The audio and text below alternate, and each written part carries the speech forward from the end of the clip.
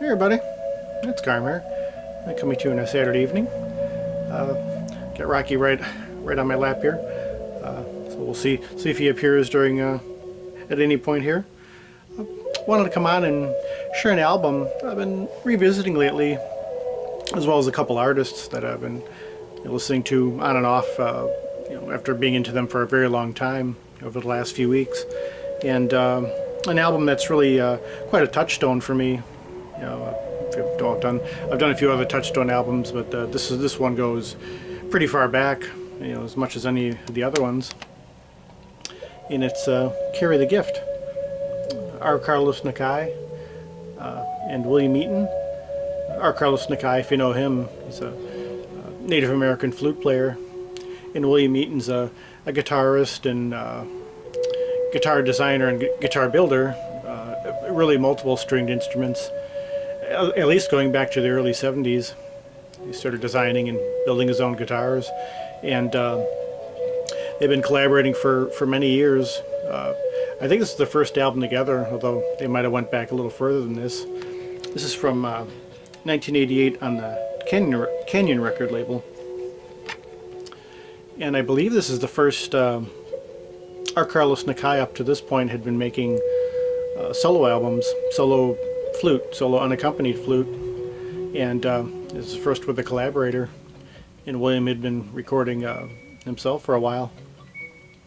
Now, I learned of this album from the very first episode of Musical Starstreams that I taped off the radio. Now, those of you who've been with me for a while, you have heard me talk ad nauseum perhaps about that show for a very long time, but that's really where a lot of my roots come from as far as the music I've been into over the last, over 28 years. I always say, like, my two biggest schools, probably before learning of the VC and meeting more people through here, would be Musical Starstreams and Chicago Digital, which is an all CD shop just north of here, which is still open. But those are kind of like my two schools where I learned the most about recorded music and getting into just all kinds of recordings. But this album came from that very first show that I taped and listened to many times, and really introduced me to music and a combination of music I hadn't heard before. At this point, it was the second week of June of 1990. I was 14 years old and just got out of 8th grade. And at that point, it was either smooth jazz or Vangelis. Pretty much was about all I was into. And Genesis, especially the live and Foxtrot era, the early stuff at that point. But hearing this combination of Native American flute and there's a little bit of percussion on here too, but it's mainly flute and the very stringed instruments William Eaton plays. And I might have mentioned it in the video a while back. I was fortunate to meet William Eaton a couple of years ago, visiting Arizona, where I think he's been a resident pretty much his whole life. He runs it's kind of a club, cultural center type place in Cottonwood, Arizona, and he wasn't actually playing there that night. There was kind of like a '60s revival group happening there, but he was running the sound, and I believe his wife was doing the lighting. And I got to meet him in between sets, and just told him how much this album had meant to me, and kind of it played a large part in the roots of my own musical interest, and just led me a lot of different directions. And very nice man. He was pointing out how this album's actually still their largest selling, because they've done many albums together over the years, various group permutations, but said this is still the largest selling album of being their first from 30 years ago. So it was pretty neat. If I'd known I was going to meet him, I would have brought it along. I had him sign it. And each of the cuts have a little poem to go with them. It's really a neat touch. I think a lot of R. Carlos's albums are like this. you'll have a little something written along with each piece. But, yeah, this is just an album I've been revisiting lately, and it just meant a lot to me over the years, hearing a combination of not only of instruments I hadn't heard before, but I think it led me towards a lot of other music I later get into, like East Indian, Middle Eastern music, and maybe even Windham Hill and Narada to a degree, from the point of view of what William Eaton was doing on the various guitars. This is the first piece that's playing now, Spring Council, yeah, which I think was the first piece that was featured on Starstreams.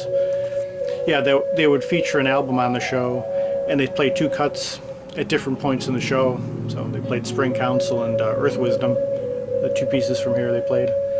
And over the years, it was actually probably about at least 10 years before I ended up picking up the album. But I think I'd gotten to know the essence of it really well from hearing that show throughout the years. So I kind of feel like I've had it all along. I have the cassette too, which actually I bought first way back when.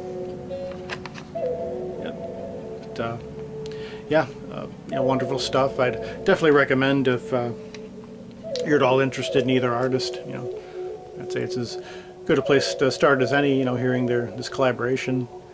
And again, it was one of many that they did over the years. But it was very, it was probably pretty innovative at that time. Having that combination. And again, for me, it just led me as a kid, being 14 years old, into definitely interesting uncharted territory.